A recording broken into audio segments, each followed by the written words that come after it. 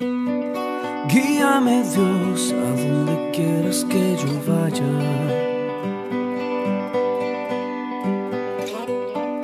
Guíame, tú eres el dueño del mañana. Eres mi anhelo y mi deseo. Quiero agradarte y siempre darte todo mi amor. Eres tú todo lo que me llena y sé que puedo confiar en ti. Escucharte me hace vivir. Eres tú todo lo que me llena y sé que puedo confiar en ti. Escucharte me hace vivir. Tu palabra es mi guía.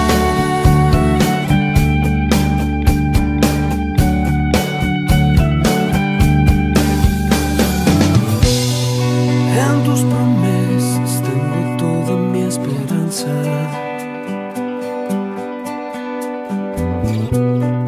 Y soy feliz por el abrazo de tu gracia. Eres mi anhelo y mi deseo.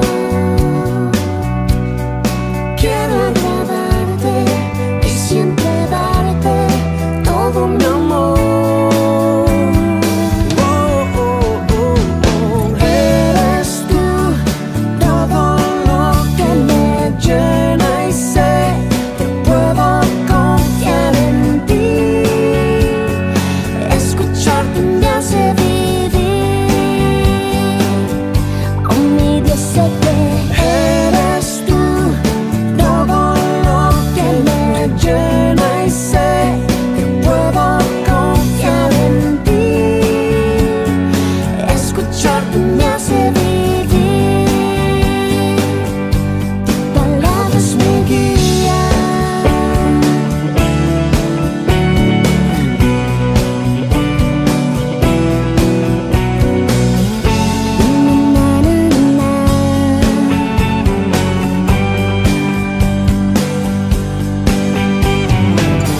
Eres tú todo lo que me llena y sé que puedo confiar en ti. Escucharte me hace vivir. Eres tú todo lo que me llena y sé que puedo confiar en ti. Escucharte me hace vivir. Tu palabra es mi guía.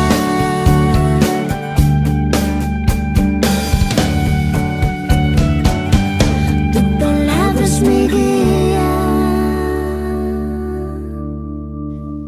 Muy buenas noches, querida familia, queridos amigos y simpatizantes que nos visitan, que se contactan, que se conectan.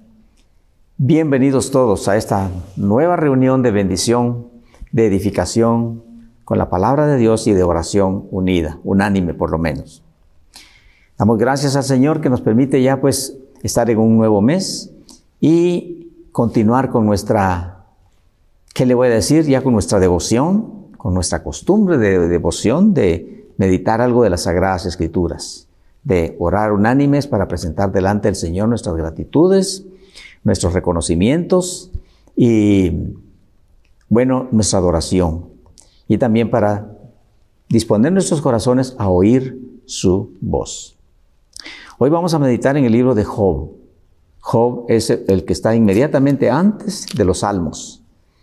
Y dicen los eruditos que fue el primer libro de las Sagradas Escrituras que fue escrito, es decir, es el más antiguo de todos. Un libro bellísimo, poético, lleno de sabiduría, asombrosa.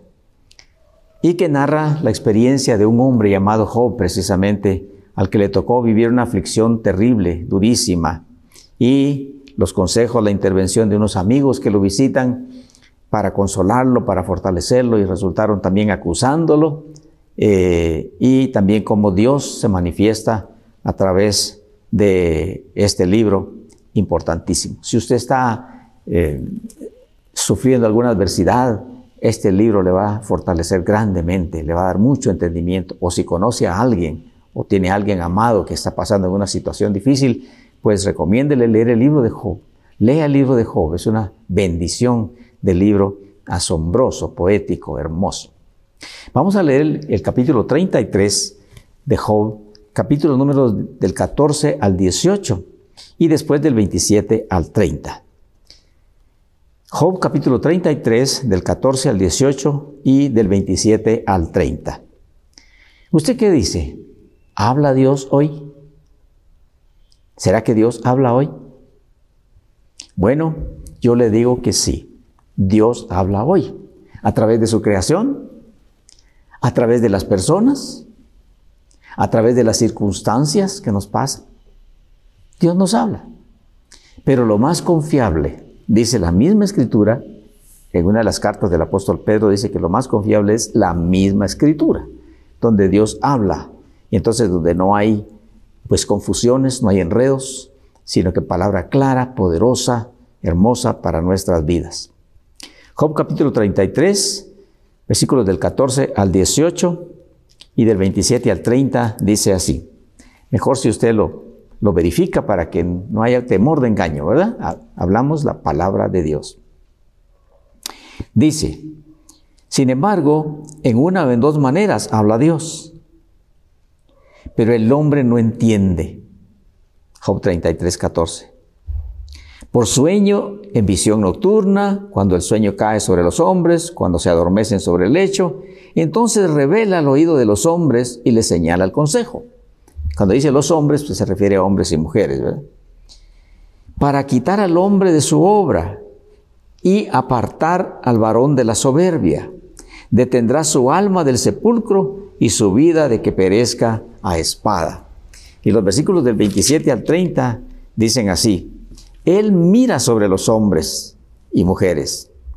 Y al que dijere, pequé, pervertí lo recto y no me he aprovechado, Dios redimirá su alma para que no pase al sepulcro y su vida se verá en luz.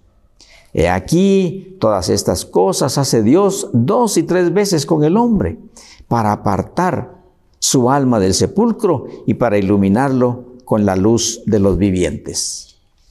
Esto vamos a meditar ahora sobre el tema que Dios habla, y habla oportunamente y habla continuamente. Eso vamos a meditar para que usted sepa que Dios no solamente oye, sino que también habla. Él es soberano, Él es eterno, Él es bueno. Oremos para que nuestros corazones estén dispuestos y para que la palabra pues encuentre un lugar en nuestro ser y produzca los frutos para los cuales nuestro Dios la envía. ¿De acuerdo? Oremos pues. Bienvenidos todos. Padre Santo, te damos gracias una vez más, una nueva oportunidad que tú nos permites de estar unánimes a través de este medio para meditar tu santa palabra, para recibir tu divino consejo, para entender situaciones, Señor, que nos pueden estar ocurriendo y para recurrir a ti, Señor, con nuestras dudas, con nuestros temores, con nuestras inquietudes, con nuestros problemas o con nuestros agradecimientos, nuestros reconocimientos para ti. Muchas gracias, bendito Señor, que nos escuchas, pero gracias también que nos hablas de tantas maneras, pero especialmente a través de tu divina palabra. Te damos las gracias en esta hora pidiendo el perdón de nuestros pecados y que podamos tener un corazón dispuesto y entendido para ser bendecidos con tu santo hablar. Por Jesucristo nuestro Señor te damos las gracias. Amén. Dios habla oportunamente. En este libro de Job, yo se lo recomiendo de verdad. Dice que fue precisamente este hombre Job, temeroso de Dios, fiel a Dios, quien estaba pasando una situación terrible, una aflicción muy prolongada, muy dolorosa, durísima, durísima. Usted lo puede leer. Y lo visitaron unos amigos con la intención de consolarlo y de fortalecerlo, pero también resultaron hiriéndolo. Dentro de ellos, el más joven se llamaba Eliú, quien no habla en los primeros capítulos, no habla nada, él solo está ahí oyéndolos, porque son sabios ancianos los que están hablando, tanto los visitantes como Job. Y entonces Eliú está callado, pero ya aquí en el capítulo 33, un poquito antes, él empieza a hablar. Él empieza a hablar. Él era pues el más joven de ellos que lo visitaron, y durante su reflexión que él hace, pues menciona la necedad de los hombres y las mujeres frente al continuo hablar de Dios. Usted lo escuchó, el 14 dice, sin embargo, en una o dos maneras habla Dios, pero el hombre no entiende. Bueno, qué duro eso, pero es una realidad. ¿Verdad que es una realidad? Bueno, y este hombre Eliú, este joven Eliú también mencionó que Dios habla en sueños y en visiones. Y es que en aquel tiempo pues no se había escrito ningún libro de la Biblia. Sin embargo, la voz de Dios ya se escuchaba a través de sus santos profetas. Por ejemplo, aquí en el libro de Números, en el capítulo número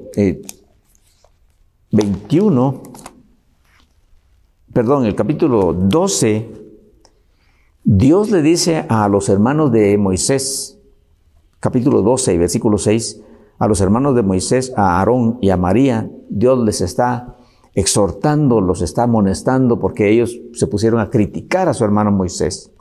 Dentro de lo que Dios les dice a ellos, les dice estas palabras. Y Él les dijo, dice, oíd ahora mis palabras, dice Dios. Cuando haya entre vosotros profeta de Jehová, le apareceré en visión, en sueños hablaré con él. Ya ve, desde los libros antiguos ya había expresiones proféticas a través de hombres santos que percibían la voz de Dios y eran instrumentos proféticos para que Él hablara. Y es cierto, desde el libro de Génesis se habla de que Dios hablaba a través de sueños y no en todas las veces a los profetas. Porque, por ejemplo, en el libro de Génesis 41 se habla de que al faraón de Egipto lo perturbó un sueño.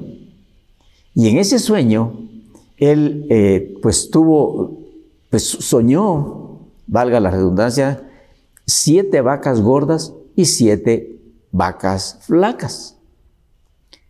Y dice que se perturbó, se despertó y después pues volvió a lograr conciliar el sueño de nuevo y entonces lo volvió a soñar, pero ahora 7 espigas de trigo robustas y 7 espigas de trigo raquíticas. Ese sueño lo perturbó completamente. Y entonces no fue posible para él ni para sus sabios descifrar el sueño y fue necesario llamar a un hombre de Dios para que lo revelara. Y el hombre de Dios tampoco fue de que aquí vengo y ya lo hice, sino que este hombre tuvo que orar a Dios, y clamarle que le revelara por favor el significado, porque si no lo hacía estaban condenados a muerte.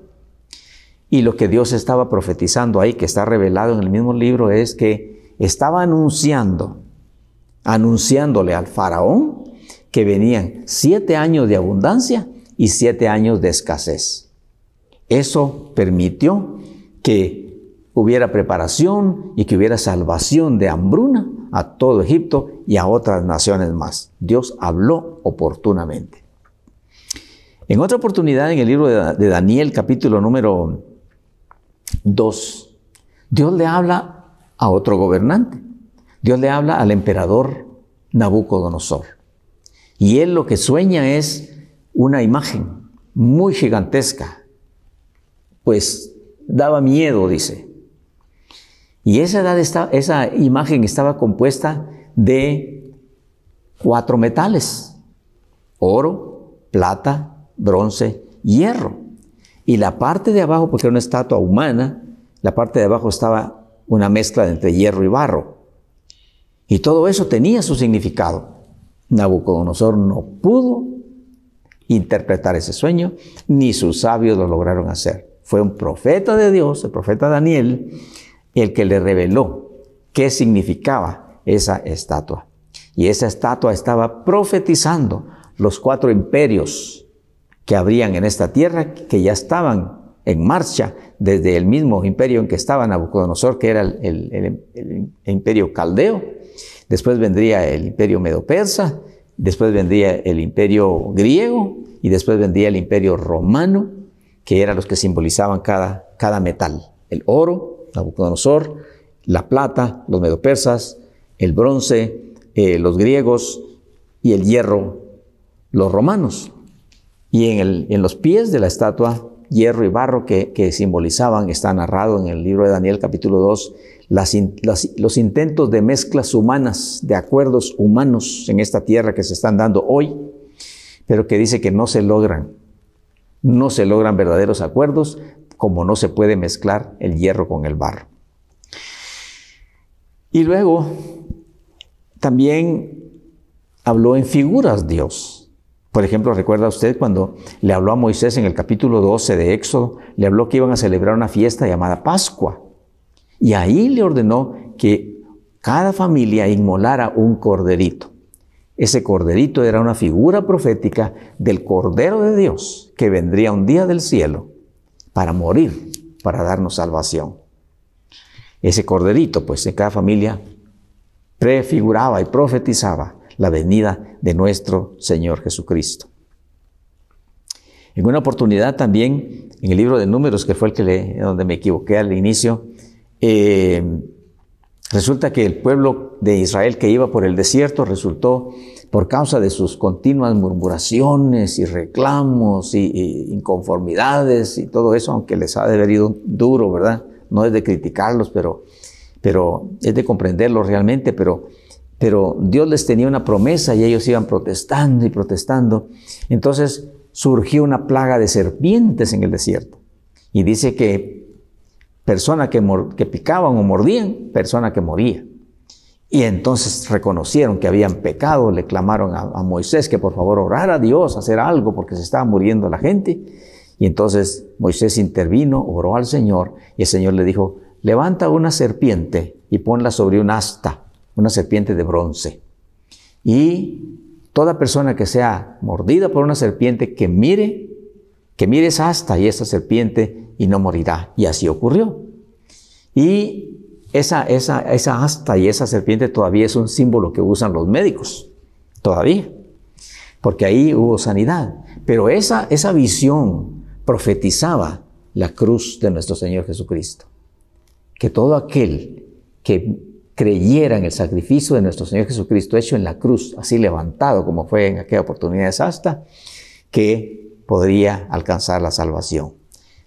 Y le menciono uno más, el profeta Ezequiel dice que en una visión Dios le permitió ver un valle lleno de huesos secos y que hubo un proceso ahí poderoso de parte de Dios en que los huesos comenzaron a buscar su lugar en el cuerpo, los diferentes huesos, y resultaron habiendo multitud de esqueletos que después recibieron carne, que después recibieron nervios, que después se levantaron, y todo eso hablaba de que el ejército, el pueblo de Israel iba a ser restaurado, pero también a más larga distancia profetizaba la resurrección de los muertos. De manera que Dios siempre ha hablado ciertamente por figuras, por sueños, por visiones, pero ahora tenemos la revelación completa. Y aquí en la carta a los Hebreos, capítulo número 1, esa carta a los Hebreos está así, buscando el Apocalipsis, la epístola a los Hebreos. En el capítulo 1 y versículo 1 y 2 dice, Dios, Hebreos 1:1 dice, Dios, habiendo hablado muchas veces y de muchas maneras en otro tiempo a los padres por los profetas, ¿ya veo? En estos postreros días nos ha hablado por el Hijo, a quien constituyó heredero de todo y por quien asimismo hizo el universo. Habla de nuestro Señor Jesucristo. Dice que nuestro Dios habló por los profetas en el pasado, a los padres nuestros, nuestros antecesores, y en los últimos tiempos ha hablado por el Hijo, por nuestro Señor Jesucristo, de lo cual aquí están escritos los evangelios, y también por las cartas apostólicas que tenemos ahora con nosotros, todo ese compendio hermoso. Y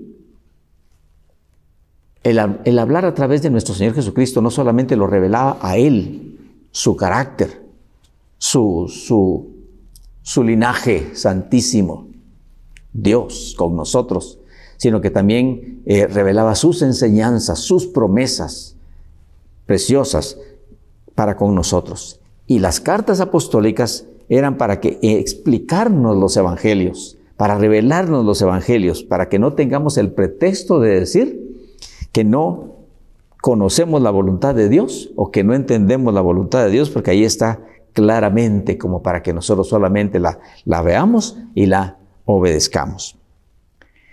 Sin embargo, como Elío decía, los argumentos siguen. No solamente en los humanos, sino que también en muchos cristianos. Los argumentos siguen diciendo de que o no oyen a Dios o no entienden a Dios, de que no leen la palabra porque no la entienden. Y realmente, como le dije, la palabra está revelada ahora en el Nuevo Testamento, a través del Evangelio y a través de las cartas apostólicas. Pero ciertamente hay que leerlas con oración.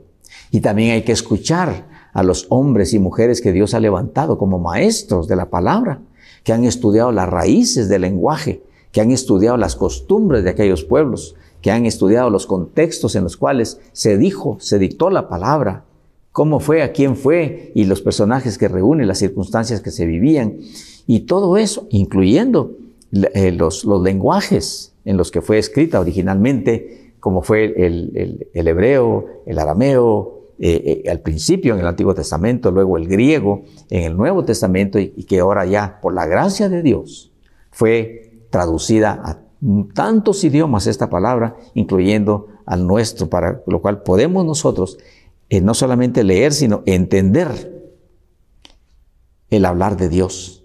Y para que ya no estemos tratando de justificar nuestra indiferencia a la palabra.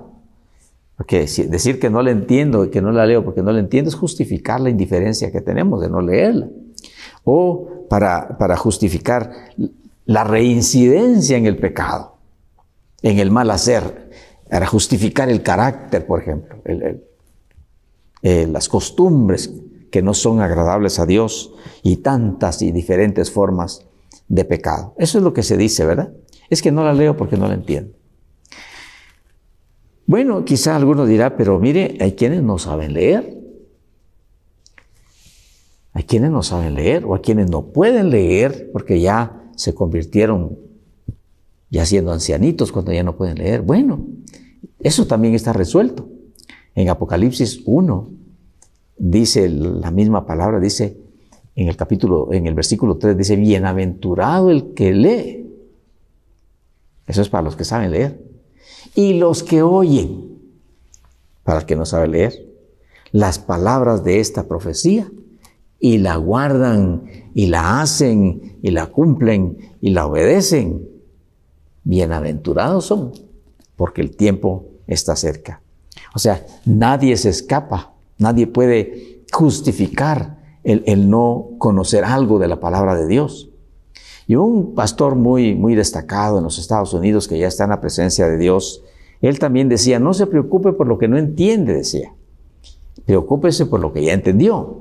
Que aunque sea poquitito, por eso preocúpese, porque eso es lo que usted tiene ahora para poderlo obedecer, para con eso poder agradar a Dios.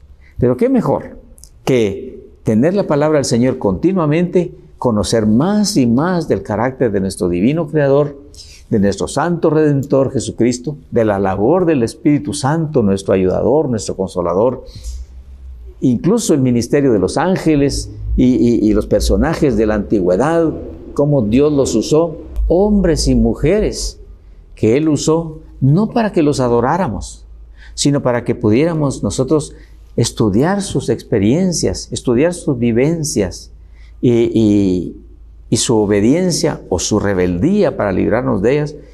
Dios usó tantos testimonios en las Sagradas Escrituras que es conveniente conocer, estudiar y usar para nuestro beneficio y para compartir también con otros cuando nosotros ya hayamos experimentado el efecto de esta palabra. El propósito del hablar de Dios es para que la persona que está en pecado se detenga, reconozca su mal camino, y si no está en pecado grotesco necesariamente, pero que está alejado, alejada de Dios, que está engañado por cosas que no tiene que estar engañado, practicando cosas que a Dios no le agradan. Aquí está lo que es la voluntad de Dios, lo que le agrada a Dios y lo que no le agrada, aquí está escrito. Eso es importante conocerlo, porque por esta palabra, dice la Escritura, vamos a ser juzgados, los que han de ser juzgados, porque los que están en la gracia de nuestro Señor Jesucristo, por estar sus nombres escritos en un libro que no pasa por el juicio, pues no habrá juicio para ellos.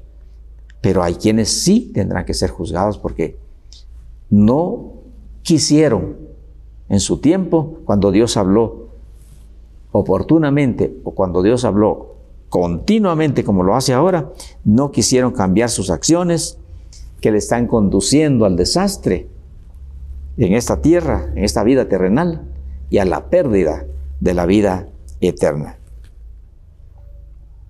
Salomón, inspirado por el Espíritu Santo, en el libro de Proverbios, capítulo número 28, aquí lo tengo, Proverbios está primero Job, después Salmos y después Proverbios.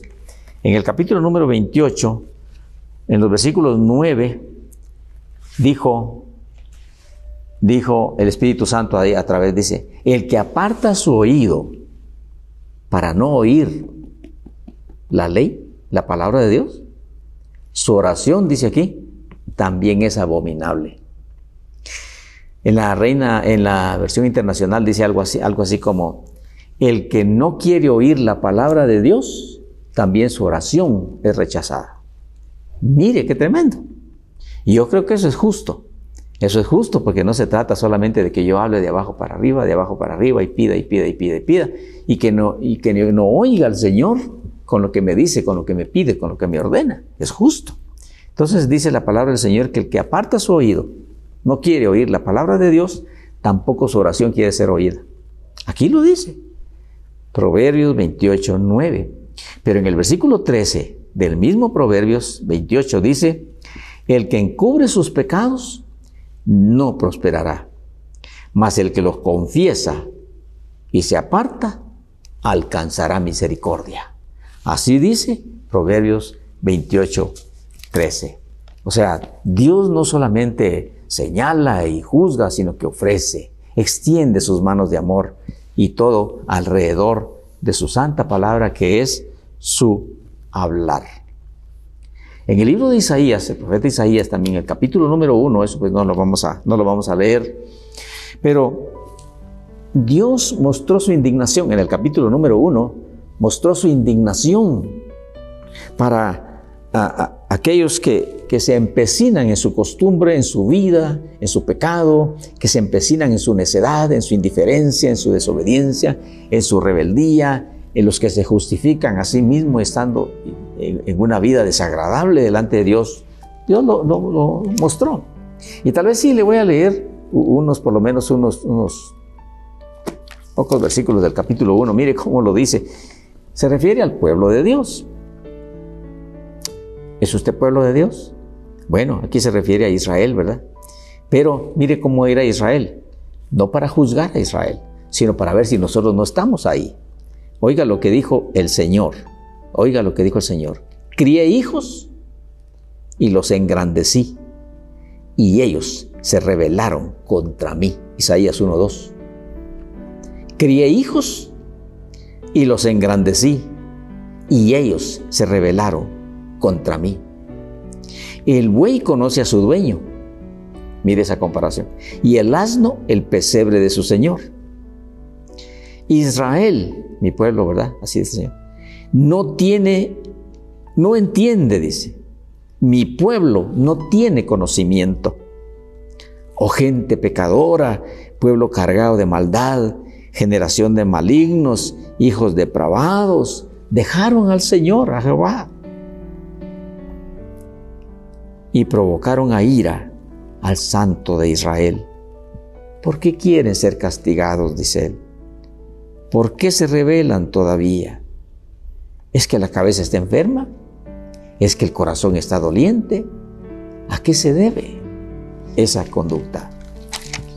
Y en Isaías capítulo 5 hay otro como lamento, ¿verdad? En lo que se le llama la parábola de Isaías 5. Dice el Señor y se lamenta, dice: tenía una viña en una ladera fértil, su pueblo, ¿verdad? La había cercado y despedregado, y había plantado vides escogidas, había edificado en medio de ella una torre para vigilancia y protección, y hecho también en ella un lagar para almacenar los frutos, y esperaba que diese uvas, y dio uvas silvestres. Y luego dice él, todo eso figura, habla de su pueblo. Dice: ¿qué más podía hacer yo? La planté en tierra escogida, le quité todas las piedras, hice un cerco de protección, levanté una torre de vigilancia, hice una bodega para los frutos que yo esperaba, y lo que me vino fue algo silvestre, amargo, ácido. Y más adelante dice: porque yo esperaba justicia y lo que veo es vileza. O sea, la conducta humana, aún de su pueblo, conociendo la palabra, todavía prevalece la carnalidad humana en nuestro temperamento, en nuestro trato, en nuestro hablar vulgar, en la violencia, en tantas formas. En fin, no puede ser. Entonces Dios sigue hablando.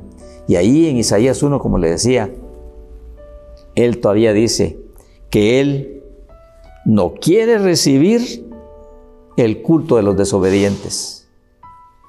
No quiere recibir el culto de los desobedientes. Dice: me fastidian.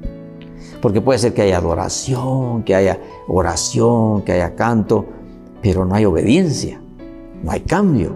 Entonces dice: dejen de hacer lo malo, aprendan a hacer el bien y vengan luego. Entonces estemos a cuentas. Si sus pecados son rojos como el carmesí, vendrán a ser blancos como la lana. O sea, Él ofrece el perdón para aquel que con sinceridad y contrición de espíritu se arrepiente de su manera de ser, le pide perdón. Y ahora entendemos por el Nuevo Testamento que no solamente se trata de pedir perdón, sino de apartarse de la mala costumbre y de pedir que, como no hemos podido gobernar nuestra vida, que venga Jesucristo a nuestro corazón con todo el derecho que tiene para salvarnos, limpiarnos y gobernarnos de ahora en adelante. Porque dice otra epístola: porque poderoso es para presentarnos un día delante de su presencia sin mancha, sin arruga, sin caída y con gran alegría. Por eso Dios habla y habla y habla. Yo espero que a través de esto que meditamos hoy, también le esté hablando a usted, también me esté hablando a mí, porque seguramente hay cosas que debo dejar y seguramente hay cosas que debo adoptar, que Él quiere para el agrado de su nombre y para que yo también pueda inspirar a otros, comenzando por mi familia y usted con la suya. Bueno, ahí lo dejamos. Muchísimas gracias por haberse conectado y oramos al Señor. Espero que esta meditación les sirva de bendición y pues que produzca frutos en su vida, frutos de gozo, y en su familia, frutos de bendición. Oramos por las necesidades. Padre nuestro, muchas gracias te damos en el nombre de Jesús nuestro Señor, como tú mismo lo has instruido, por esta palabra hermosa. Muchas gracias por esta meditación que nos has permitido y dirigido a través de tu Santo Espíritu.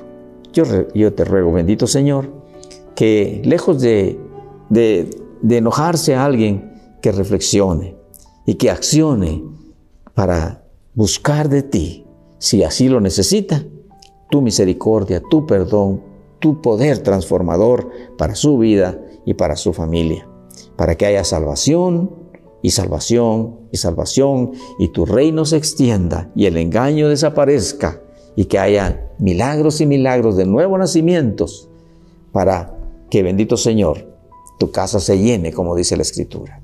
Te damos las gracias por este tiempo y que las peticiones que están ahí, Señor, conforme a tu santa voluntad y propósito, sean concedidas según, Señor, tu misericordia para cada quien. Oramos en el nombre de Jesucristo, nuestro Señor, con acción de gracias. Amén.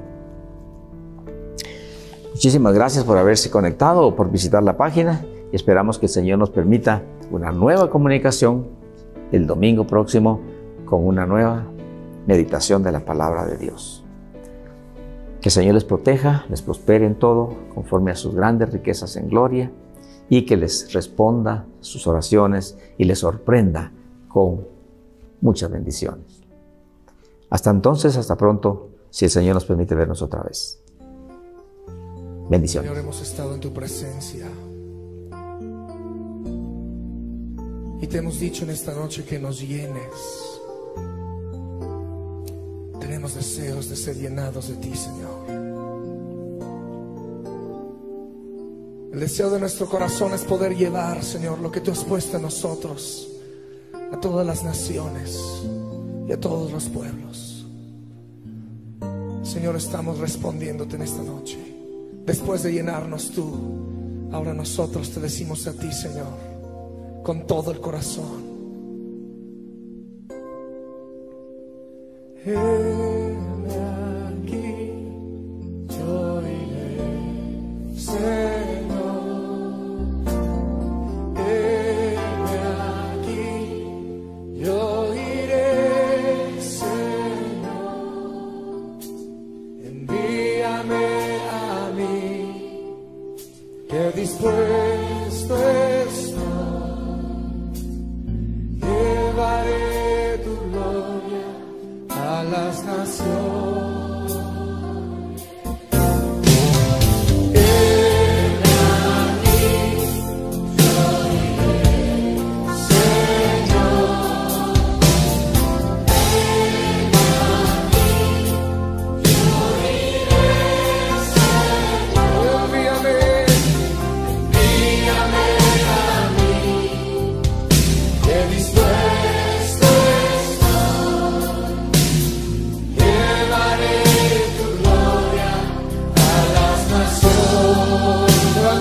Díselo al Señor, viene aquí.